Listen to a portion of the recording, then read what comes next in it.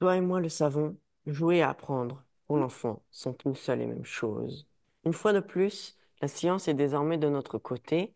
Elle apporte une explication compréhensible pour les adultes à ces phénomènes que nous autres enfants ressentons sans y mettre de mots.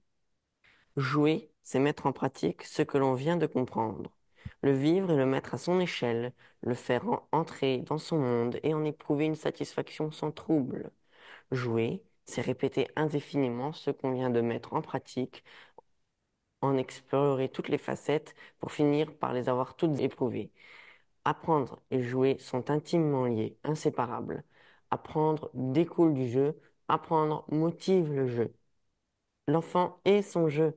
Pour voler dans les airs, un adulte doit payer un coûteux billet d'avion et faire toutes les démarches et les actions complexes nécessaires à l'arrivée à l'aéroport, à l'embarquement, au décollage. Toutes choses qui, parce qu'elles demandent de l'argent, du temps et de l'organisation, sont impossibles à faire immédiatement. L'enfant, lui, peut voler quand ça lui chante, tout de suite, sans délai. Il suffit qu'elle le joue. Et alors, elle est son jeu. Elle est l'avion, l'air, la pilote, la capitaine, le personnel de bord. Ou bien elle est l'oiseau, l'aigle, l'humain, volante ou le super-héros qu'elle a choisi d'être pour le temps de ce jeu.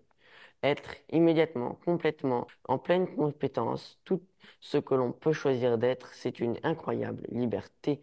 Vivre sans crainte les histoires les plus diverses, y plonger corps et âme, ne se sentir aucune limite, c'est une incroyable liberté. C'est l'incroyable liberté de l'enfant qui joue, une liberté entière, radieuse, facile, sans limite, automatique. Merci Antonin.